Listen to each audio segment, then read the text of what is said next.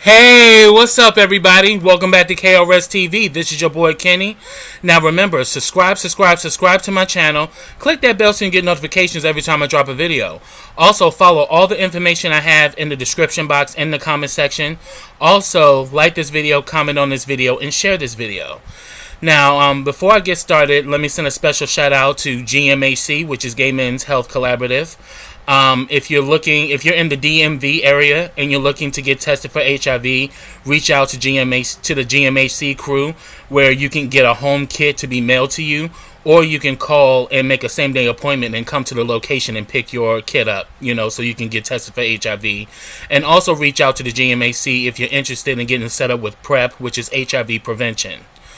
Also, if you are a fan of me and a fan of KRSTV, become a Patreon at patreon.com/KRSTV, which for $3 a month you'll get all of my content.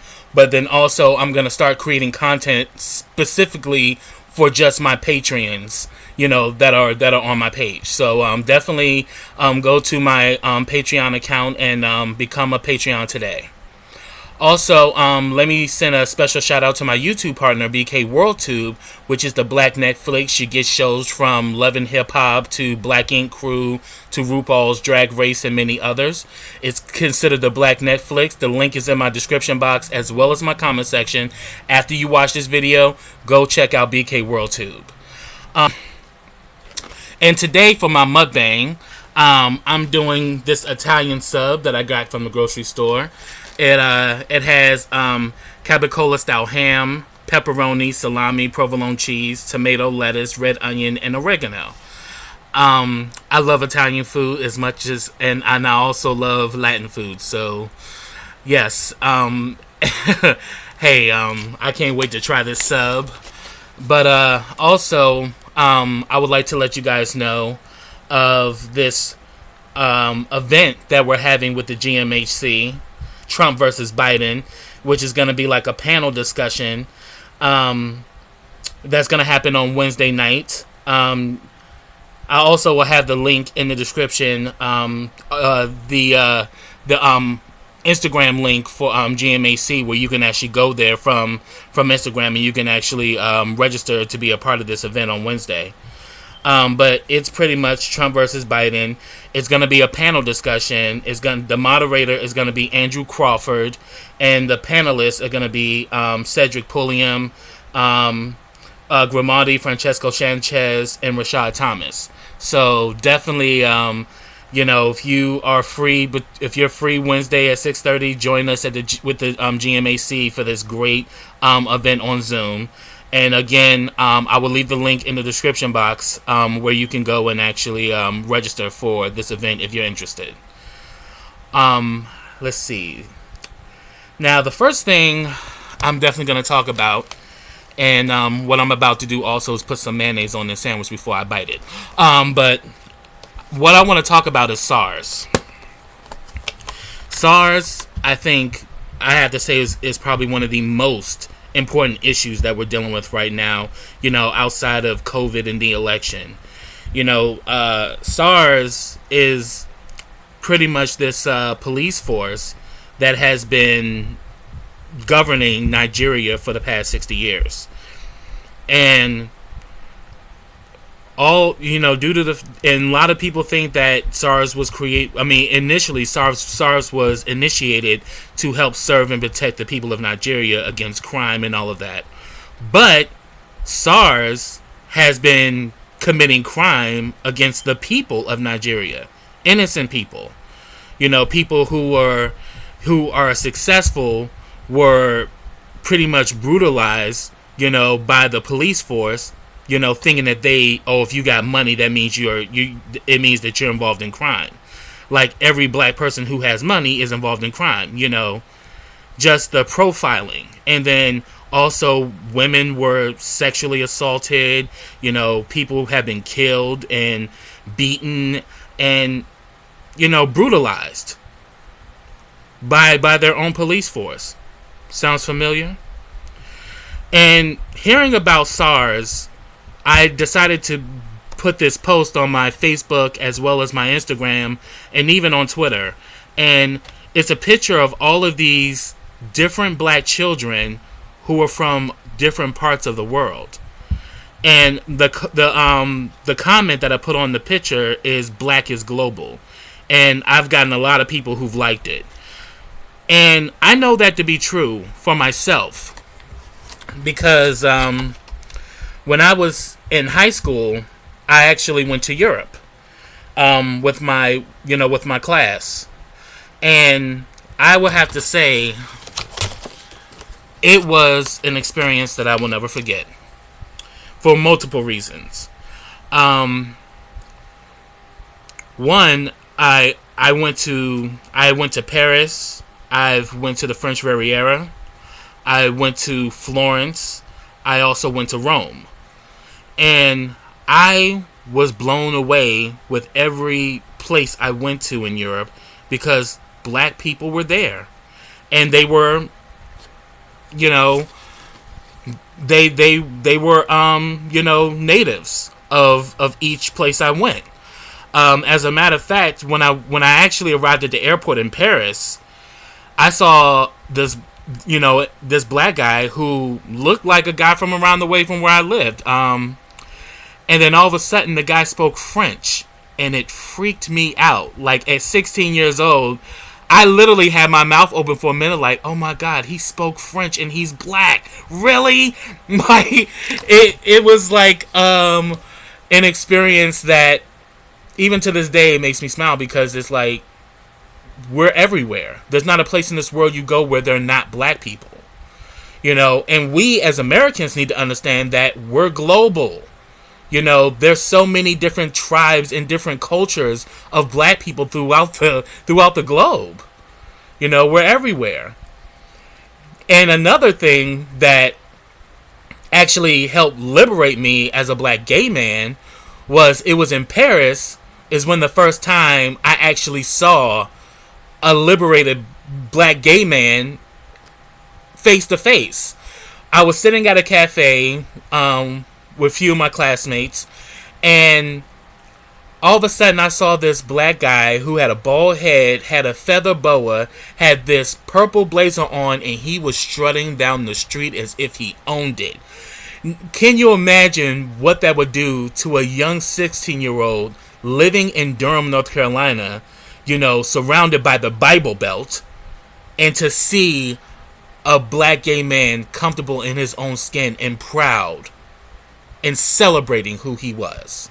And then he had a crew with him, and they all were strutting.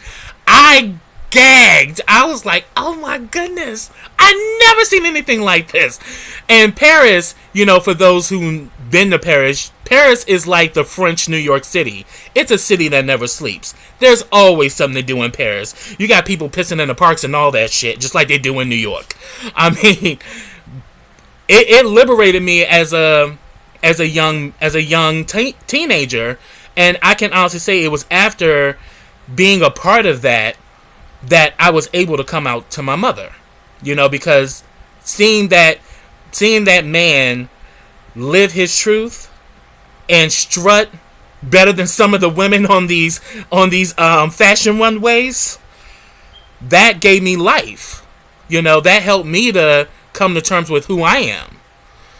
And I also definitely with me sharing this, it really makes me come back to SARS, and that yes, this is something that has to be dealt with. I actually have some friends, on social media that are from Nigeria. And, this definitely hurts me that this type of thing is going on even, there, just like it's going on here. And I want to stress to all Americans that we're not the only ones going through things. This is a problem globally. Black people are being treated badly everywhere around the world. And we, as a global movement, need to come together. Which is why I shared that post, Black is Global, because we're everywhere, and if we can actually come together on one accord, change can really happen. But I also want to send a special shout out to my friend RJ Allen, because he's on the front lines fighting to end SARS. And yes, we need to end SARS, and we need to end it now, just like we need to end police brutality here in America. Black people have contributed so much greatness, not just to America, but to the world. And we can no longer be marginalized and be treated less than human. We can no longer have our human dignity being discarded like trash. So this is a time for us as a global movement of black people to come together. That we have to stop the systemic racism, the police brutality, the marginalization, the lack of representation, because we have invested and have created so much, for the world, for us not to actually be able to be considered equals as citizens and as a people. So I definitely stress that we end SARS and that we stop this senseless dogging and brutalization of black people across the world. So for me, that is the most important thing that I wanted to talk about here on this MUKBANG. But another thing, so I'm let you know I'm putting mayonnaise on my sandwich. So that's definitely something I wanted to stress. That, yeah, this can no longer continue. And it just breaks my heart that so many people's lives have been affected due to bad policies and bad leadership.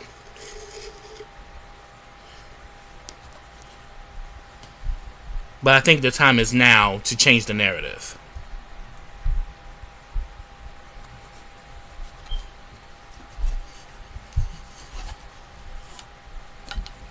Alright, so now I got that taken care of.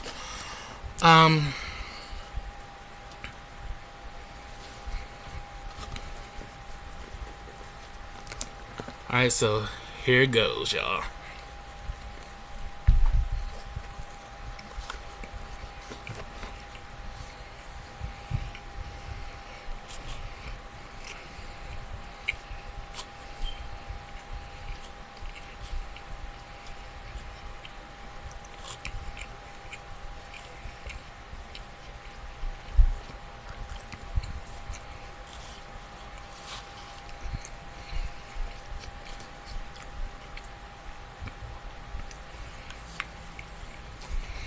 Now, another thing I want to talk about is this whole situation that's trending, on social media. And it involves Unwind with Tasha K and Jaguar Wright. Now, I saw that interview. And I must say, it was the most painful thing that I've had to watch in a long time. And I'm not gonna front. I'm a fan of Jaguar Wright. Love her as an artist, and I definitely love her. Standing up and actually taking a stance against some of the evil practices of the music industry. But I've stressed many times before that those same practices are in every parts of American industry. But I'm glad that she's making a stance and calling out some of these evil practices that have been going on for far too long. And she actually had this great, interview with Storm Monroe. Shout out to him. And he's gone viral since then. I remember watching it at the time. There was like almost 50,000 people in the chat. And now it's gotten over 1 million views. And now he has over almost close to 2,000 K subscribers on YouTube.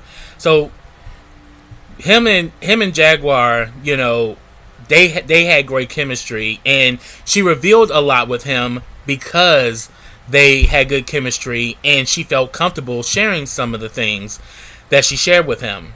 And yeah, we were all here for it. Well, Tasha K decides to interview Jaguar, but she takes a different approach. Now, don't get me wrong. I'm actually a fan of Tasha K because she has her own unique style. If anything, she's the queen of dirt. She's the YouTube version of Wendy Williams. She is going to get the dirt, and she's going to get the tea, and she is going to work her magic to get it.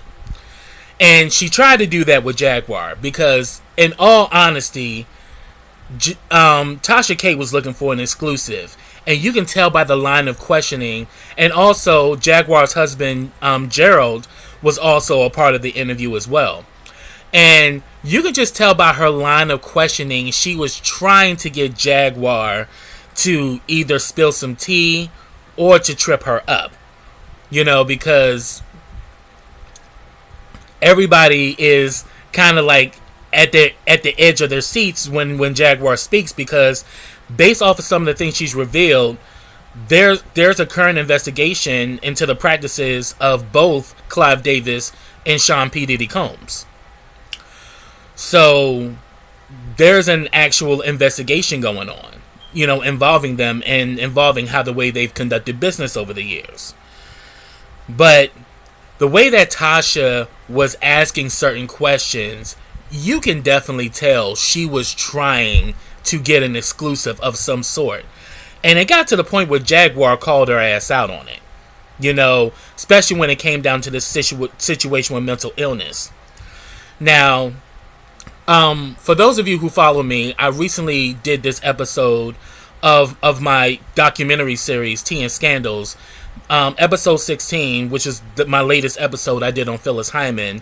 And in there, I stressed the seriousness of mental illness. That mental illness is like cancer and diabetes. It's something that you inherit. It's not something you ask for. And it's not a form of weakness. It's a mental condition. Just like HIV is a condition. Just like cancer is a condition. Just like diabetes is a condition. Meaning the fact condition, it needs to be treated. And it's an ongoing form of treatment. So when she was trying to kind of play this mental illness thing on Jaguar, it really rubbed me the wrong way. I'm like, oh, because she possibly may suffer from mental issues, that means she's not credible? I mean, to tell you the truth, there are a lot of people, like black people in America, who suffer from mental illness.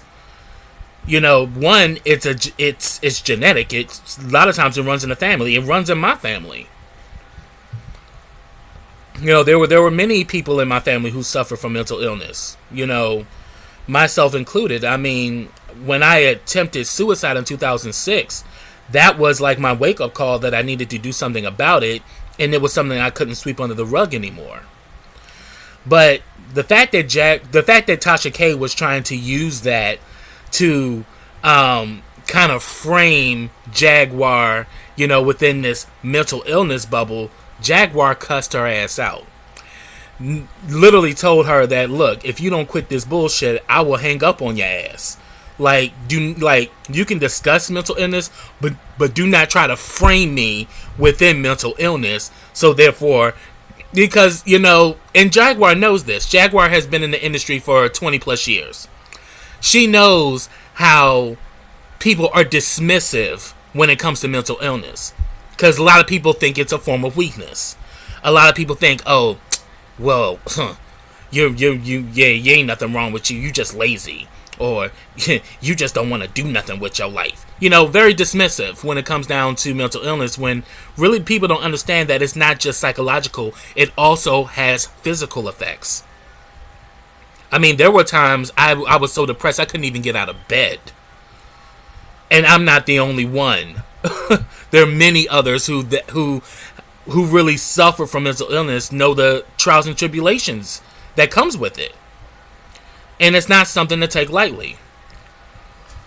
But yeah, when she was like, you know, because she shared a lot about her, you know, childhood and some of the trauma and things that she's faced. I mean, after going through some of the things Jaguar went through, I have even more of a love and respect for her, because even though she's gone through that, she's still trying to do good in this world. She's still trying to expose evil. You know, because a lot of people who went through that, some of those people would have either taken their own lives or they would have become victimizers themselves. So it was just the fact that the interview was bad because Jaguar, I mean, I keep saying Jaguar first. It's because Jaguar's name is really on the top of my mind. But it's because Tasha K was trying to control the narrative. You know, she was trying to spin it to get something out of it. And unfortunately, that didn't work for her. And it's because I think she has friends in the industry who were kind of putting that battery in her back, saying, yeah, go after Jaguar. You know, let's get an exclusive off of her ass, get her to trip up. But Jaguar is not that type. You know, she's too blunt and too shrewd, you know, with how the way she looks at things, that she's just not just gonna play those games. And she knew what Tasha was doing, and she even, you know, congratulated her. She said that, hey, you mentored Storm. Storm is doing great now, you know, and you got to give her credit for that. You know, she mentored Storm, and now Storm is doing phenomenal. And I have nothing but adoration and respect for that brother. You know, there ain't no hate over here. I celebrate it. You know, I celebrate seeing black people win. You know, because if they can win, I can win too. But that's my perspective. Not all black people have my perspective. You know, and clearly Tasha doesn't have the same perspective either. Because even though she congratulated him on him finally hitting 100K subs, she decided to no longer mentor him. And I think it's because his success is getting to her. Because currently right now she's getting a lot of backlash. She's lost a lot of subscribers, you know, especially due to how the way she conducted this Jaguar Wright interview. And people are, you know, a lot of people ain't fucking with her right now. You know, and I think hopefully this will be a life lesson to Tasha, that she definitely has to change her mode of conduct. You know, I mean, because she's done it. You know, you have reached pillars, you know, in your career. You have done a lot of great things, and you have made a lot of great accomplishments. Why can't you let your mentee, have his moment? Why is it that when somebody becomes successful, we feel threatened by it? I mean, yes, you mentored this man, but the fact that he's doing well, that also radiates off of you, because you trained him and you will want him to go far and beyond and to reach his highest levels. Why would you try to sabotage him by going behind him to interview Jaguar because he's gotten so much great responses, you know? And I think what really did it was the fact that Roseanne Barr interviewed Storm, because Roseanne has her own, you know, media platform, and Roseanne is doing big things with it. So, and the thing about it, I think the fact that Roseanne interviewed Storm, I think did something to Tasha. She felt some kind of way, and she decided that she's no longer going to mentor him. But I think that's dumb, because when he wins, you win too. Because the fact that you got him into the industry, that you showed him the ropes, and he's made a big name for himself, and he's grown very fast. Excuse me. So that's actually a testament to how much of a good mentor you are. That's something you should be celebrating, not something you sabotage because you feel slighted that he's growing fast and you're probably afraid he's going to grow past you. That's the ice cream truck, y'all. It is what it is. It's just messed up that whole thing went down. I mean, me and my best friend, K Tukes, check out my best friend Kenneth Tukes at the K Tukes spot. He, is doing his thing on YouTube as well, and he does some very great interviews. But we had a conversation, and he didn't even want me to talk about this, but I wanted to talk about it because I wanted to make a point. We need to stop this crab in the barrel bullshit that we're on, because it actually kills us.